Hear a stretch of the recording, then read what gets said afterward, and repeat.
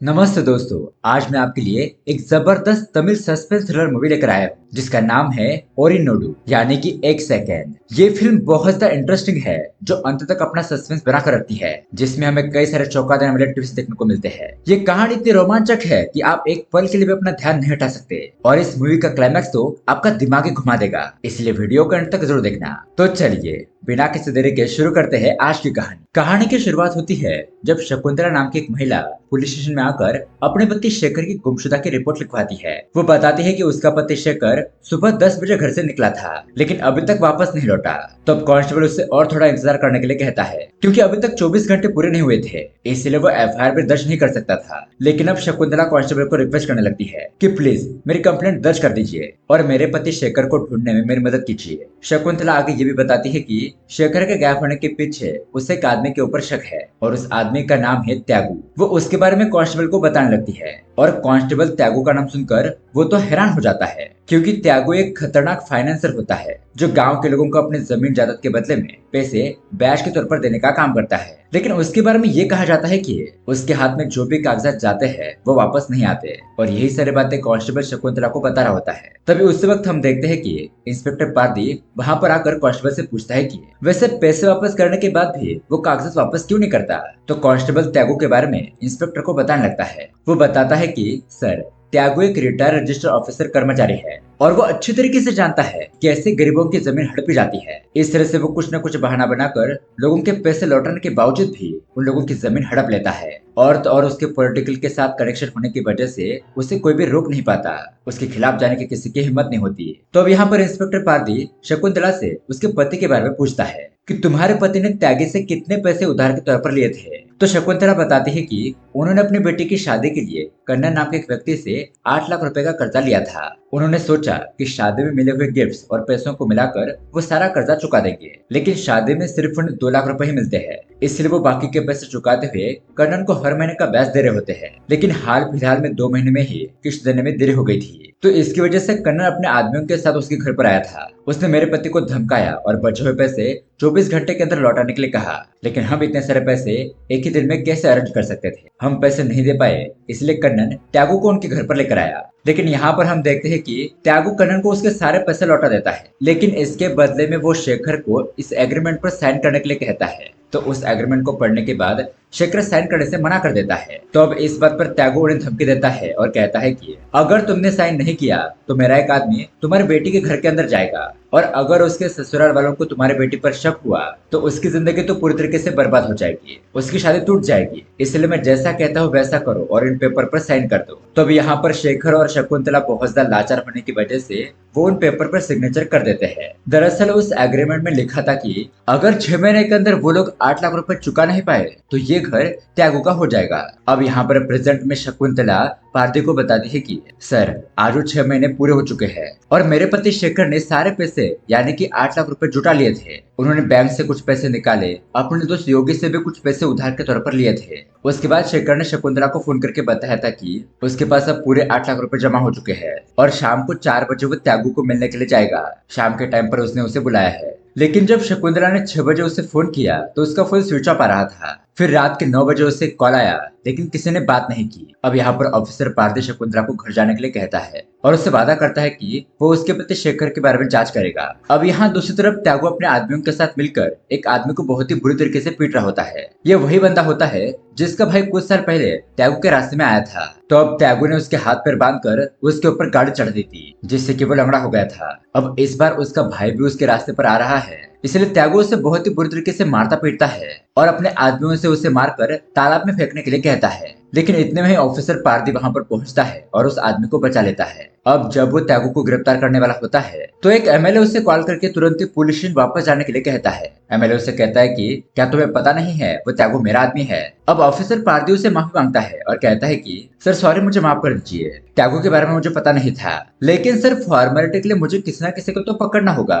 तो इसलिए वो त्यागू और उसके 4 आदमी को गिरफ्तार कर लेता है। पुलिस स्टेशन में पारदी त्यागू के आदमियों से पूछताछ करता है। उन्हें बहुत ज्यादा मारने पीटने पर वो बताते हैं कि सर, शेखर ने पूरे पैसे जमा करने के बाद त्यागू को फोन किया था था, तो त्यागू ने उसे 4 बजे फैक्ट्री में आने के लिए कहा था। उस वक्त वहाँ पर एमएलए मौजूद था। वो त्यागू से पूछता है कि क्या तुम सच में शेखर के पैसे लेने के बाद उसे उसका घर लौटा दोगे, उसके प्रॉपर्टी के कागजात वापस दे दोगे? लेकिन त्यागू कहता है कि नहीं, ऐसा नहीं होगा। मैं उसके हिसाब में गड़बड़ी कर दूंगा, जिससे कि शेखर पूरे पैसे नहीं दे पाएगा और इस तरह से हम उसकी प्रॉपर्टी को हड़प लेंगे। इसका मतलब 200 लोगों की प्रॉपर्टी हड़पने में इन दोनों का हाथ होता है। त्यागू और एमएलए बराबर के मिले होते हैं। अब उसके अगले दिन ऑफिसर पारदी एक चीट फंड वाले के पास जाता है। चीट फंड वाला उसे बताता है कि शेखर कल दोपहर 12 बजे यहाँ पर आया था और उसने यहाँ से पैसे भी लिए थे। मैंने पैसे देने के बाद उसी समय उसने त्यागू को फोन किया और उसे बताया कि उसके पास पैसे पूरे हो चुके हैं, तो उन लोगों ने उसे पैसे देने के लिए मिलने के लिए बुलाया था। अब तभी यहाँ पर एक कांस्टेबल पारदी को फोन करके बताता है कि जी हाँ सर, शेखर ने बैंक से पैसे निकाले थे। उस बैंक के पास के सीसीटीवी फुटेज से हमें ये बात पता चली है।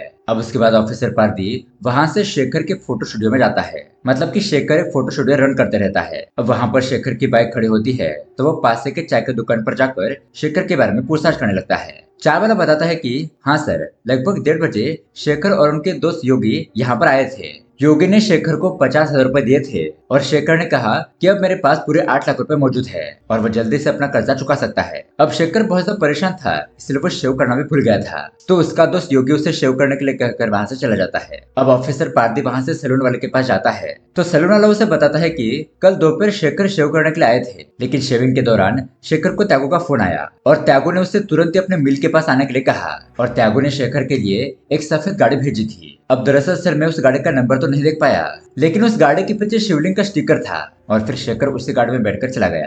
फिर पारदी सैलून वाला से कहता है कि अगर तुम दोबारा उस गाड़ी को देखो तो तुरंत ही मुझे बता देना। अब उसके बाद पारदी के पुलिस स्टेशन लौटने पर ऐसा उसे बताता है कि उन्होंने उन सभी लोगों से पूछताछ कर ली है जिन्होंने उस दिन शेखर को फोन किया था। शकुंतला के अनुसार रात के 9 बजे शेखर को फोन आया था, लेकिन किसी ने वहां पर बात नहीं की थी। हमने उसी कॉल के लोकेशन को ट्रेस किया तो वो लोकेशन त्यागू के एरिया का ही दिखा रहा है। अब उसके बाद त्यागू का एक आदमी वकील को अपने साथ पुलिस स्टेशन ले आता है ताकि त्यागू और उसके आदमियों को बाहर निकाल सके। लेकिन ऑफिसर पारदी यहाँ पर नाटक करने लगता है। उनसे कहता है कि अरे मैंने तो त्यागू को गिरफ्तार ही नहीं किया है, पता नहीं वो कहाँ पर है। दरअसल वो उन लोगों से झूठ कह देता है। दरअसल त्यागू और उसके लोग जेल के अंदर ही होते हैं। तो फिर वो आदमी वकील के साथ एमएलए के पास पहुंचता है और उसे सारी बात बताता है। तो एमएलए उसे कहता है कि मैं उस पुलिस वाले को देख लूंगा, वो कुछ ज्यादा ही तेवर दिखा रहा है। अब यहाँ थोड़ी देर के बाद ऑफिसर पारदी को पता चलता है कि शेखर का फोन ऑन है, लेकिन उसमें शेखर का सिम नहीं है बल्कि किसी मंजुला की सिम है। तो वो लोग आईएमआई नंबर से मंजुला का पता लगा लेते हैं। उसके बाद तुरंत ही पुलिस वाले मंजुला के घर पर पहुंच जाते हैं और देखते हैं कि ये तो शेखर का फोन है।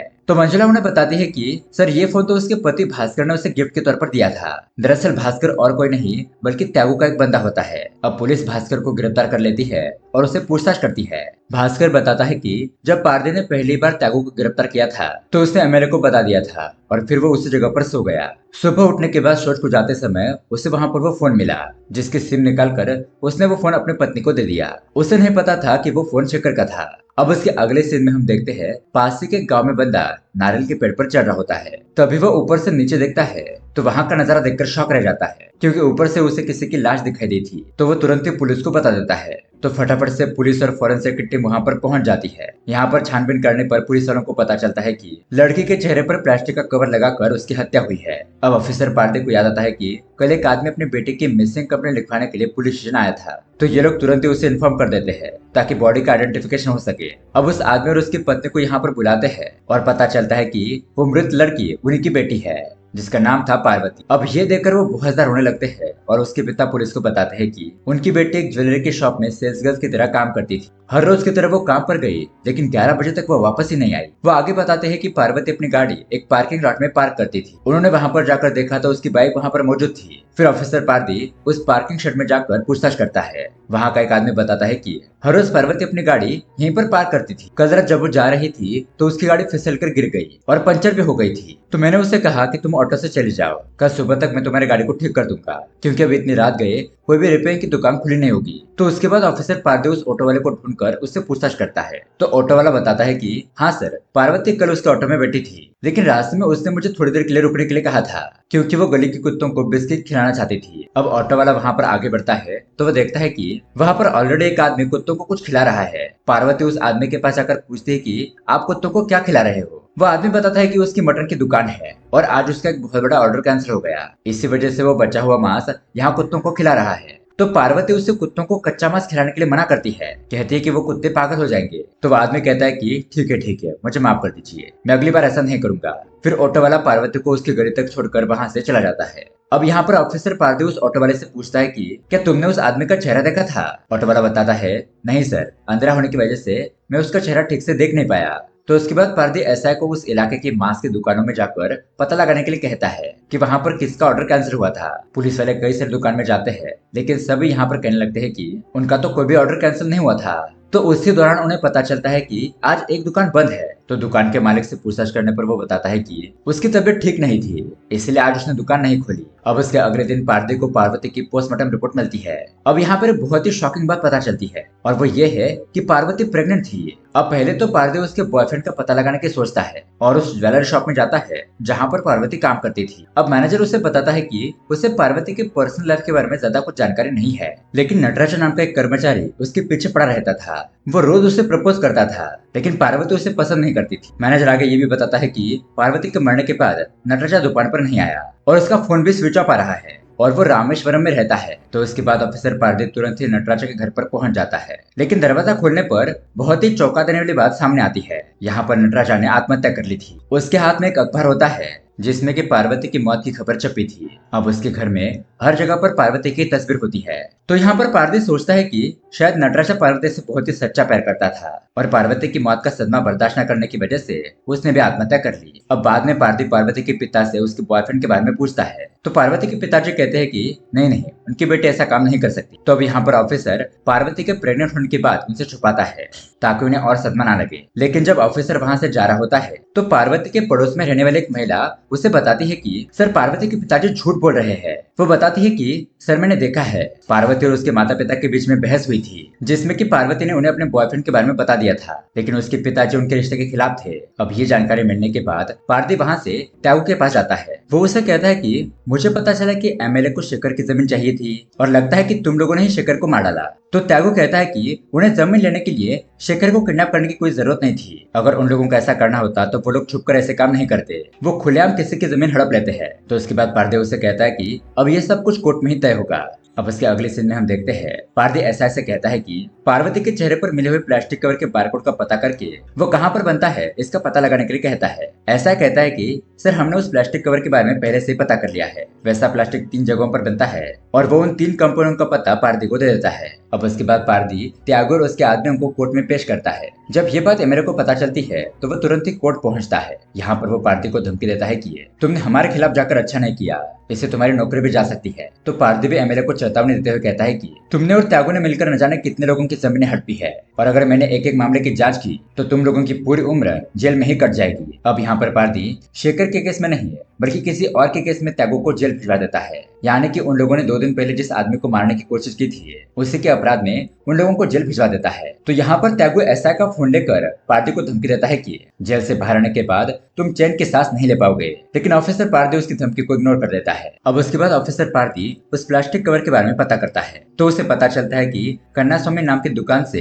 ये वैदिक हॉस्पिटल में डिलीवर हुआ था। उस हॉस्पिटल में पूछताछ करने पर ये बात पक्की हो जाती है। तब यहाँ पर दूसरा ऑफिसर पार्टी को फोन करके बताता है कि उसने पार्वती की पूरी कॉल हिस्ट्री चेक की तो अक्सर उसे 4 लोग नियमित तौर पर फोन करते थे। एक है उसके पिता, दूसरे उसकी बेस्ट फ्रेंड, तीसरा है नटराजा और चौथा उसका बॉयफ्रेंड हो सकता है। और चौथे नंबर से हमें पता चला है कि उसके बॉयफ्रेंड का नाम कन्ना स्वामी है। अब कन्ना स्वामी का नाम सुनते ही पारदी तो शॉक रह जाता है, क्योंकि थोड़ी देर पहले वो जिस आदमी की दुकान पर गया था उसके मालिक का भी नाम कन्ना स्वामी ही था। तो यहाँ पर हम कन्ना स्वामी को देखते हैं, वो कोडाईकलन भाग रहा होता है। तुरंत ही अपने एक दोस्त को फोन करके एक कमरा ढूंढने के लिए कहता है, लेकिन अब पुलिस कन्ना स्वामी को ट्रैक करके जैसे तैसे उसे पकड़ लेती है। उसे पुलिस स्टेशन में लेकर आने के बाद पूछताछ की जाती है। तो यहाँ पर कन्ना स्वामी अपनी कहानी बताने लगता है कि कुछ साल पहले वो अपनी बहन की शादी के लिए गहने खरीदने के लिए एक दुकान पर गया था और वहीं पर उसने पहली बार पार्वती को देखा। तो पहली नजर में उसे पार्वती से प्यार हो गया। वो कुछ बहाना बनाकर हमेशा उस दुकान में जाया करता था और फिर धीरे धीरे उन दोनों की दोस्ती हो गई और वो एक दूसरे को प्यार भी करने लगे। जब पार्वती ने उसके माता पिता को हमारे बारे में बताया तो उसके माता पिता ने जाति का हवाला देकर इस रिश्ते को मना कर दिया। इसलिए पार्वती और कन्ना स्वामी ने रजिस्टर मैरिज कर ली। अब आगे कन्ना स्वामी बताता है कि पार्वती के मरने से पहले उसने उससे प्लास्टिक कवर और कुछ सर्जिकल आइटम्स वैदिक हॉस्पिटल में देने के लिए कहा था, और तब पार्वती ने उसे कहा था कि वो उसे एक सरप्राइज देना चाहती है और इसके बारे में वो उसे बाद में बताएगी। और कन्ना स्वामी ऑफिसर को बताता है कि अब आपकी तरफ से मुझे पता चला कि वो क्या सरप्राइज देना चाहती, कि पार्वती प्रेग्नेंट थी। फिर पार्वती उससे पूछता है कि अगर तुमने उसे नहीं मारा तो वो प्लास्टिक और सर्जिकल आइटम्स उस स्पॉट पर कैसे पाए गए। तो कन्ना स्वामी उसे बताता है कि रात के 10 बजे हॉस्पिटल से उसे फोन आया था कि अभी तक उनके आइटम्स डिलीवर नहीं हुए हैं। उसने पार्वती को फोन किया लेकिन उसका फोन स्विच ऑफ आ रहा था, इसलिए उसने एक और बिल बनाया और वो सारे आइटम हॉस्पिटल में डिलीवर कर दिए। फिर ऑफिसर पार्वती उससे पूछता है कि अगर तुमने हत्या नहीं की है तो तुम यहाँ से भाग क्यों रहे थे। कन्ना स्वामी बताता है कि मैंने पार्वती के साथ बहुत ही अच्छी लाइफ इमेजिन की थी, लेकिन किसी ने उसे और उनके बच्चे को बहरे में से मार दिया, इसलिए वो छुपकर कातिल का पता लगाना चाहता था। वो कहता है कि अगर वो कातिल उसके हाथ लग जाए तो वो उसे जान से मार देगा। पार्वती उसे समझाता है कि तुम इसे जल्दबाजी मत करो, अगर तुम्हारे हाथों में कोई क्राइम हो जाएगा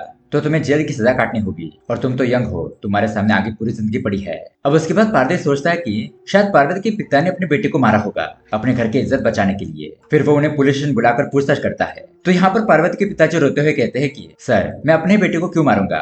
तो पार्वती पूछता है कि फिर उन्होंने अपने बेटे के बॉयफ्रेंड के बारे में क्यों नहीं बताया। पार्वती के पिता कहते हैं कि अगर मैं आपको उसके बारे में बता देता तो पूरे मोहल्ले में ये बात फैल जाती और उनकी बदनामी हो जाती, इसलिए मैंने ये बात आपसे छुपाई। अब उसके अगले दिन पुलिस वाले शेखर के स्टूडियो में तलाशी लेने के लिए जाते हैं, लेकिन उन्हें वहां पर कोई भी सुराग नहीं मिलता।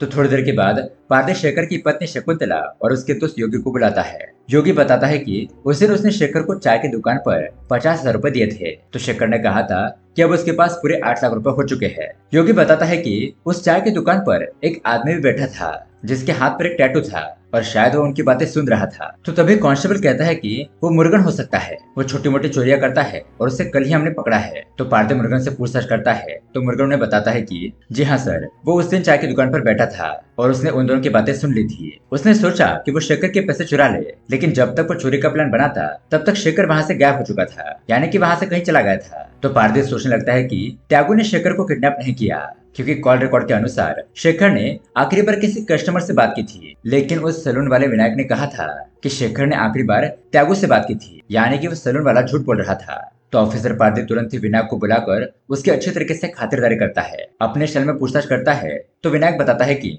जी हाँ सर, शेखर की आखिरी बार अपने कस्टमर से बात हुई थी। फिर आगे विनायक बताता है कि जब वो शेखर की शेविंग कर रहा था तो शेखर ने जोर से छींक दिया, जिसकी वजह से उसका गला कट गया।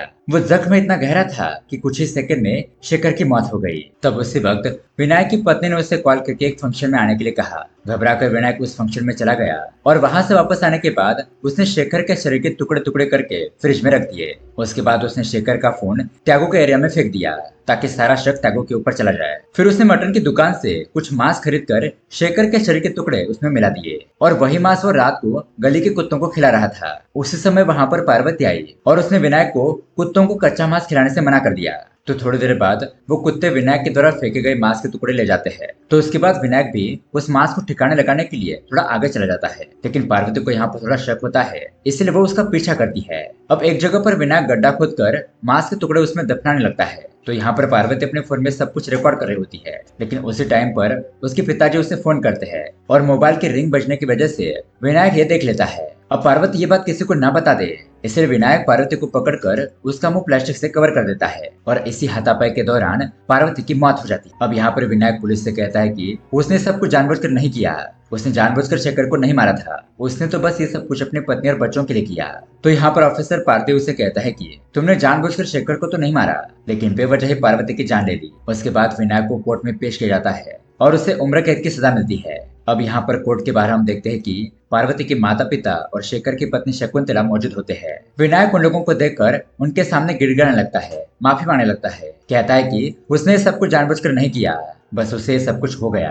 तो अब यहाँ पर सभी लोग किस्मत के आगे मजबूर थे और सभी लोग रोने के अलावा कुछ नहीं कर सकते थे। तो दोस्तों, ये कहानी देखने के बाद ये बात तो साफ हो जाती है कि इंसान अपनी जिंदगी में कई बार ऐसे फैसले लेता है जो उसे लगता है कि वो सही है, लेकिन एक छोटी सी गलती का नतीजा कितना बड़ा हो सकता है, यही इस फिल्म के जरिए दिखाया गया है। एक सेकंड की गलती ने 2 परिवारों की दुनिया उजाड़ दी। शेखर की मौत एक हादसा थी, लेकिन उसी हादसे को छुपाने के लिए विनायक ने बेगुनाह लड़की पार्वती को जान से मार दिया और पार्वती की जिज्ञासा और सच जानने की चाहत यही उसके भी मौत का कारण बनी। और दोस्तों, इस तरह से ये कहानी यहीं पर एंड हो जाती है। तो ये कहानी आपको कैसी लगी हमें कमेंट करके जरूर बताइएगा। साथ ही ऐसे ही अमेजिंग मूवी देखने के लिए हमारे चैनल को सब्सक्राइब जरूर कीजिए। मिलते हैं अगली वीडियो में। Thanks for watching.